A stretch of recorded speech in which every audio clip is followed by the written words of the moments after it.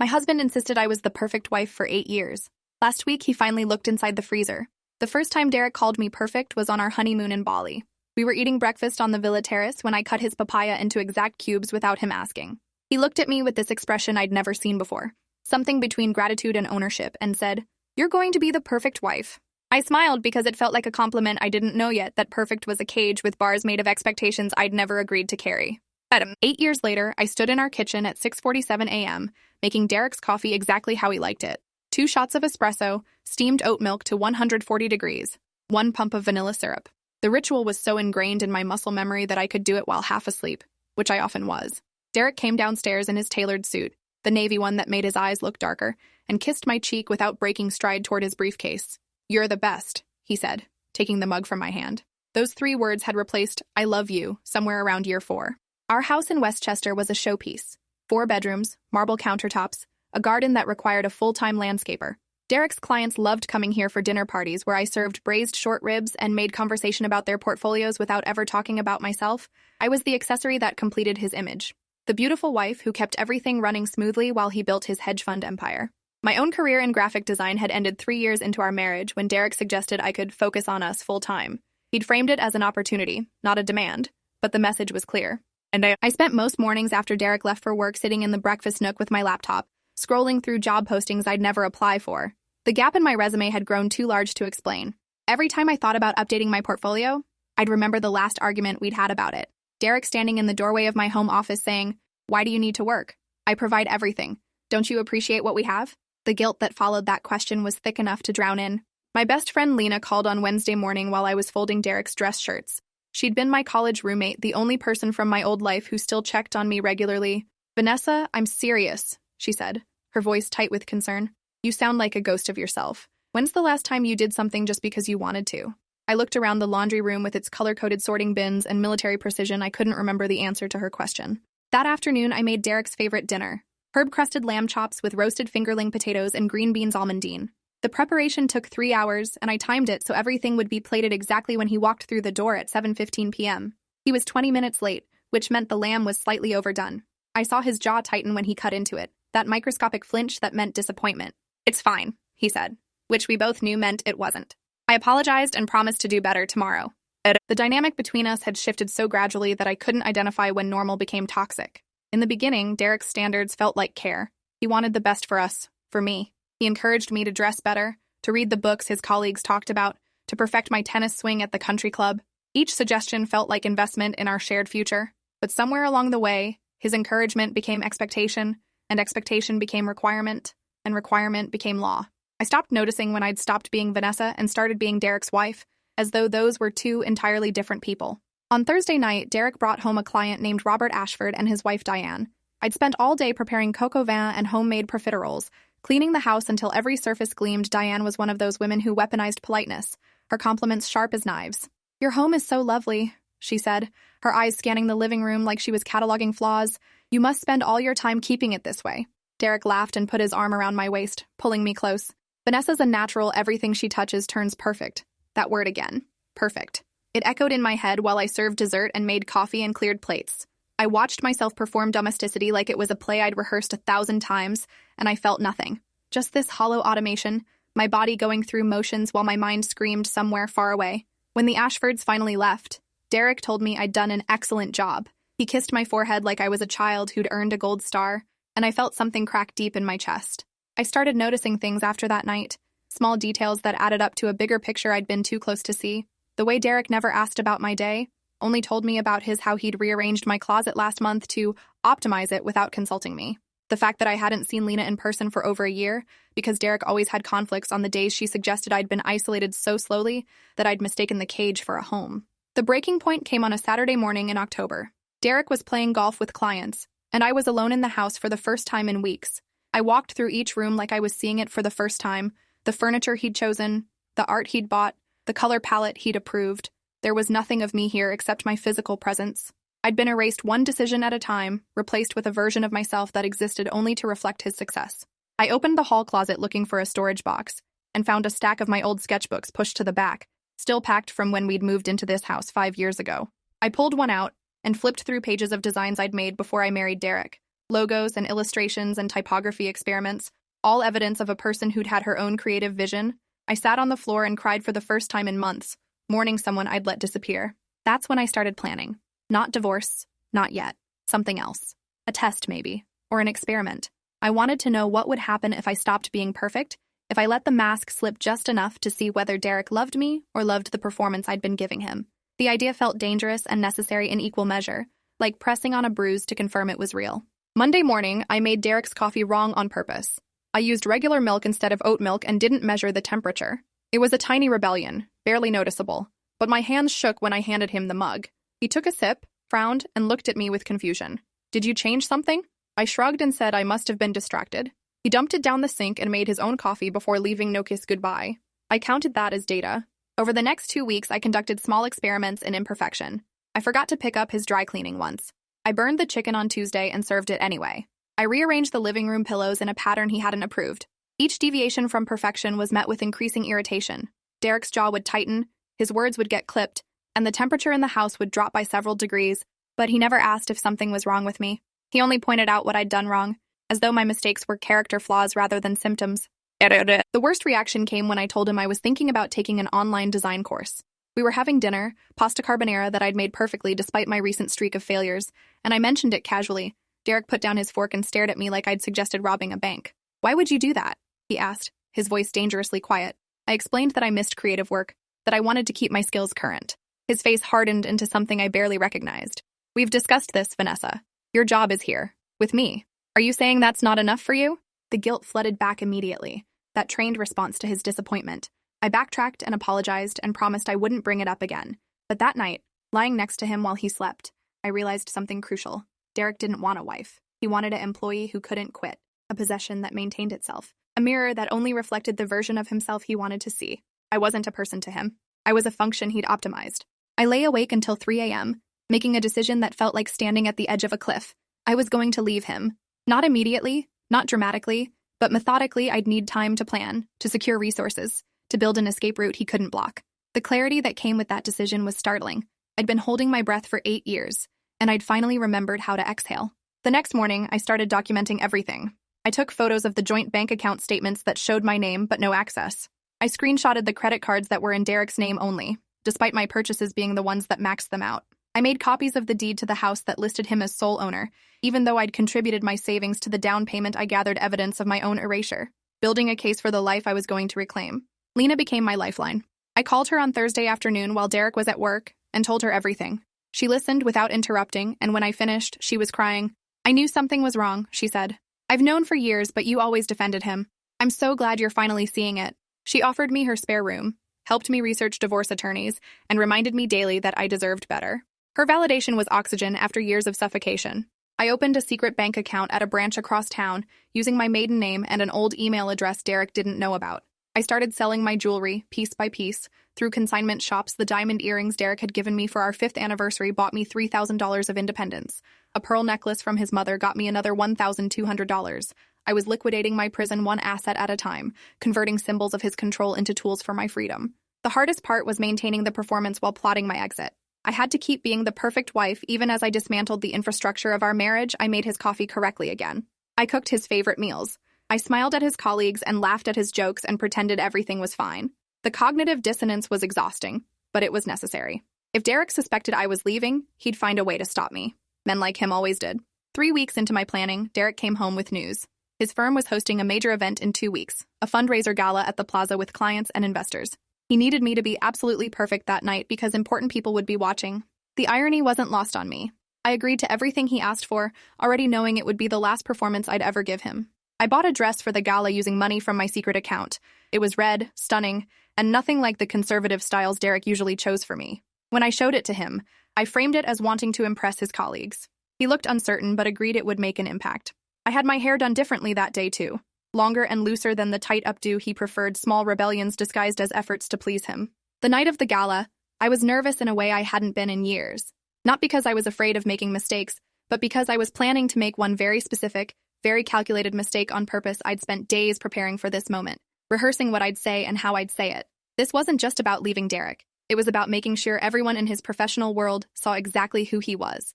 We arrived at the plaza at 7 p.m., and Derek immediately went into networking mode. He introduced me to clients and investors, his hand possessive on my lower back. I smiled and made small talk and played the role perfectly for the first hour. Then I found Robert Ashford at the bar, the client who'd come to our house with his wife Diane. I ordered a glass of wine and stood next to him, waiting for the right moment. "Your wife runs a tight ship," Robert said, gesturing toward me with his whiskey. "Derek's lucky to have someone so dedicated." I smiled, and it felt like baring teeth. "Dedicated is one word for it," I said. "Controlled might be another." Robert's eyebrows raised, and I saw his interest sharpen. I'd baited the hook. Now I just had to wait for him to bite. Over the next 30 minutes, I had variations of that same conversation with 6 different people. Each time, I'd drop a small comment that contradicted Derek's perfect narrative, mentioned that I hadn't worked in years because Derek preferred it, noted that I didn't have access to our bank accounts, casually referenced that Derek had arranged all our furniture without my input. None of it was dramatic enough to cause a scene, but all of it was just unusual enough to plant seeds of doubt. I watched Derek across the room, networking and laughing, completely unaware that I was systematically dismantling his reputation, one conversation at a time. The power I felt was intoxicating. For 8 years, I'd been invisible.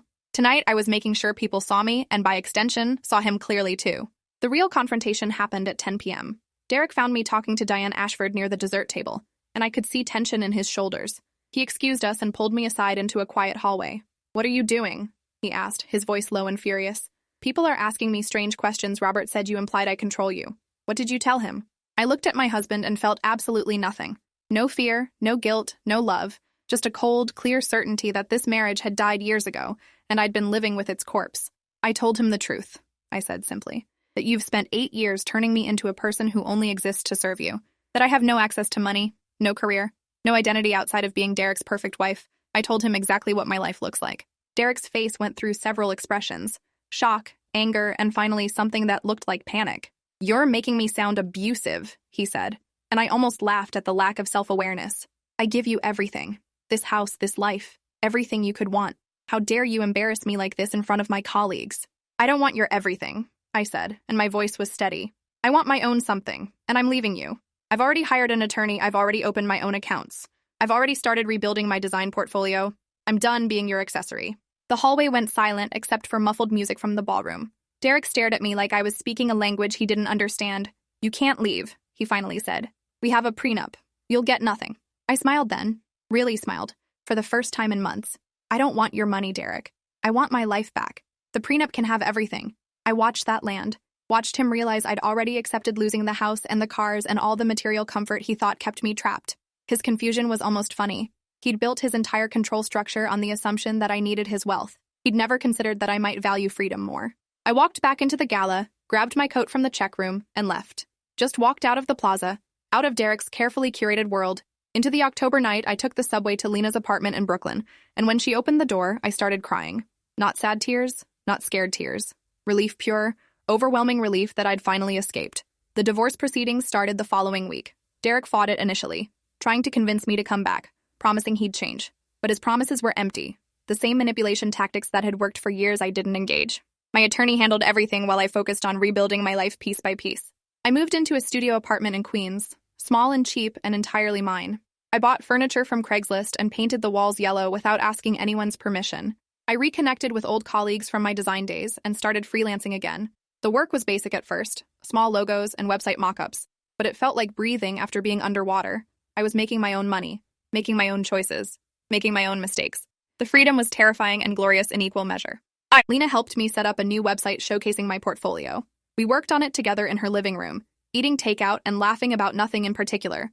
I'd forgotten what it felt like to just exist without performing, to be comfortable in silence, to have a friend who didn't need anything from me except my company. She'd been trying to save me for years, and I was finally ready to be saved. The story of what happened at the gala spread through Derek's professional network faster than I'd anticipated. Several people reached out to me privately, mostly wives of his colleagues, sharing their own stories of controlling marriages and lost identities.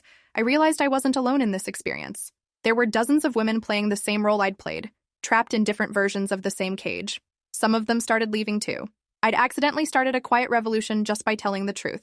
Derek's firm asked him to take a leave of absence 6 weeks after I left. The optics of the divorce, combined with the conversations I'd had at the gala, had damaged his reputation in ways that affected business. His clients didn't want to work with someone who treated his wife like an employee. The irony was sharp. He'd spent years building an image of the successful family man, and I'd destroyed it in one night by simply being honest about what that family looked like from the inside. My attorney called in December with unexpected news. Derek was willing to settle the divorce quickly and quietly if I agreed to sign an NDA about our marriage. He was offering me $200,000 to stay silent about the details of our relationship. I almost laughed when I heard the number. He was literally trying to buy my silence, to pay me to maintain the perfect wife performance even after I'd left the stage. I considered the offer for about 3 seconds before declining. The money would have made rebuilding easier, but it would have meant letting Derek control the narrative one more time. I refused to be silenced about my own experience. My story wasn't a secret to be bought. It was a warning to be shared. The attorney tried to convince me to take the deal, explaining how much easier my life would be with that financial cushion. But easy wasn't what I wanted anymore. I wanted honest. The divorce was finalized in February, exactly 9 months after I'd started planning my escape. I got almost nothing from the settlement because of the prenup, just my personal belongings and a small amount of furniture I'd brought into the marriage. Derek kept the house, the cars, the investment accounts. I walked away with 2 suitcases of clothes, a box of old sketchbooks, and my freedom. It was the best trade I'd ever made. I spent the spring rebuilding my design business seriously. I took on bigger projects, started networking again, pitched to companies I'd only dreamed of working with before my skills were rusty but recoverable, and the gap in my resume became less important than the quality of my current work. By June, I was making enough to cover my rent and expenses. By August, I'd hired my first subcontractor. By October, exactly 1 year after the gala, I'd opened a small studio space in Manhattan with 2 other freelance designers. Lena threw me a divorce anniversary party that night at a bar in the village. 20 people showed up, mostly women I'd reconnected with from my old life, plus some new friends I'd made through the design community. We drank cheap wine and celebrated the fact that I'd survived leaving. One woman, a former colleague named Priya, pulled me aside and thanked me for being public about my experience. She said it had given her the courage to leave her own controlling marriage. I cried in the bathroom afterward, overwhelmed by the realization that my pain had purpose. I ran into Derek once, about 14 months after I'd left. I was having coffee with a client in Midtown when I saw him through the window, walking past with a woman I didn't recognize. She was young, blonde, dressed in conservative business attire that looked expensive. They were laughing about something, and his hand was on her lower back in that same possessive way he'd always touched me. I felt sorry for her, whoever she was. Sorry that she didn't know yet what perfect meant in Derek's vocabulary. Sorry that she was probably at the beginning of the same story I'd just escaped. But I didn't warn her. I'd learned that some lessons can only be taught by experience, and some people have to find their own way out. I'd left breadcrumbs of truth at that gala, planted seeds with Derek's colleagues, made it slightly easier for the next woman to be believed when she started telling people what her marriage really looked like. That was all I could do. The rest was up to her. My business grew steadily over the next year. I hired 3 full-time designers and moved into a bigger studio space in Chelsea. I started speaking at design conferences about rebuilding careers after gaps, and my story resonated with more women than I'd expected. I wasn't just designing logos anymore. I was designing my own life, making it into something that felt authentic and mine and imperfect in all the ways that made it real. I started dating again, cautiously. Nothing serious, just coffee dates and casual dinners with men who seemed safe and interesting. I learned to spot red flags early, to recognize when someone was trying to change me versus accepting who I was. I walked away from several promising connections because something felt off, and I was proud of myself for trusting my instincts. I'd rather be alone than be perfect for someone else ever again. The freezer moment happened on an ordinary Tuesday in March, 2 years after I'd left Derek. I was cleaning out my studio apartment, finally getting rid of the last boxes I'd been avoiding since the move. In the back of my bedroom closet, I found a small cooler I'd packed the night I left the Westchester house. I'd forgotten about it entirely, too focused on escaping to remember what I'd grabbed in those final frantic hours. I opened the cooler, which had been sitting unplugged and forgotten for 24 months. Inside was a single item wrapped in freezer paper and sealed with tape. My hands shook as I unwrapped it, not because I didn't know what it was, but because I'd successfully buried the memory of putting it there. It was my wedding ring. The platinum band with the 3-carat diamond that Derek had chosen without consulting me, that had felt heavy on my finger from the day he'd put it there. I'd thrown it in the freezer that final night in a moment of symbolic rage, wanting to freeze the marriage solid, to preserve the evidence of what I'd escaped. Now, holding it 2 years later in my studio apartment, it just looked like jewelry. Expensive, meaningless jewelry that represented nothing except a contract I'd signed before I knew what the terms really meant. I took a photo of it in my palm, posted it to my Instagram with the caption, 2 years frozen, finally thawing. Then I sold it to the same consignment shop that had bought my other jewelry and used the money to give my employees their first raises. Lena called me that night after seeing the post. "The freezer," she said. "That's what you meant when you said you'd preserved something for evidence, Jesus, Vanessa. That's poetic and slightly unhinged." I laughed because she was right. It was both of those things. I'd needed to keep some piece of that marriage frozen in time, some proof that it had been real and that I'd walked away from it. The ring had been that proof, sitting in a cooler in my closet for 2 years while I rebuilt my life around its absence. Derek never knew about the freezer, about the ring I'd kept like a specimen. He probably assumed I'd pawned it immediately, turned his symbol of ownership into cash. He'd have been wrong.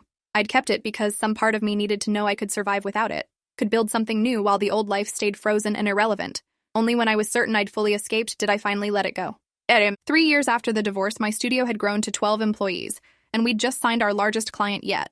I was sitting in my office reviewing designs when my assistant knocked on the door. "There's someone here to see you," she said, looking uncertain. "He says he's your ex-husband." Derek stood in my reception area wearing a suit I didn't recognize, looking older and somehow smaller than I remembered.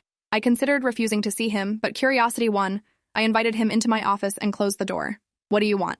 I asked, not bothering with pleasantries. He looked around the space, taking in the framed designs on the walls, the team working outside through the glass partition, the evidence of everything I'd built without him. "I wanted to see if the rumors were true," he said, "that you'd actually made something of yourself." The condescension in his voice was reflexive, muscle memory from years of diminishing me, but it didn't land the same way anymore. I didn't flinch. "I always had something," I said calmly. "You just spent 8 years convincing me it wasn't worth anything compared to being your perfect wife." I watched him process that, saw the defensiveness rise in his shoulders. "I'm not here to apologize," he said. "I'm here because the woman I'm engaged to asked about you. She found articles about your business, read some of your interviews. She wanted to know why we really divorced." I felt something cold settle in my chest. "And what did you tell her?" Derek looked uncomfortable, shifting his weight from foot to foot. "I told her you weren't suited for the life I needed, that you wanted different things." I nodded slowly. "Did you tell her about the bank accounts you controlled? The career you asked me to abandon? The way you rearranged my entire existence until there was nothing left of me except what reflected well on you?" He didn't answer, which was answer enough. "You should tell her," I said, "before she ends up in a studio apartment 2 years from now, selling her wedding ring to fund her escape. Tell her what perfect means to you. Give her a chance to choose differently." Derek's jaw tightened, and I recognized the expression. It was the same look he'd given me 1,000 times when I'd said something that challenged his narrative. "You're still angry," he said dismissively. "You're rewriting history to make yourself the victim." I stood up and walked to my office door, opening it in clear invitation for him to leave. "I'm not rewriting anything," I said. "I'm just finally telling the truth. You should try it sometime." He left without another word, and I watched him disappear into the elevator. My assistant asked if I was okay, and I realized I was smiling. "I'm perfect," I said, and for the first time in my life I actually meant it. That night, I went home to my apartment, opened the freezer, and looked at the empty space where that cooler had sat for 2 years. The freezer now held normal things: ice cream and frozen vegetables and leftover soup in containers, evidence of a life being lived rather than performed. I thought about Derek's fiancée and hoped she'd ask better questions than I had, hoped she'd demand to see his freezer, metaphorically speaking, before signing away her autonomy, but I couldn't save her any more than anyone could have saved me. Some cages only open from the inside. I'd found my key. The rest was up to her. Thanks for watching till the end. Make sure to subscribe and like to not miss the next story.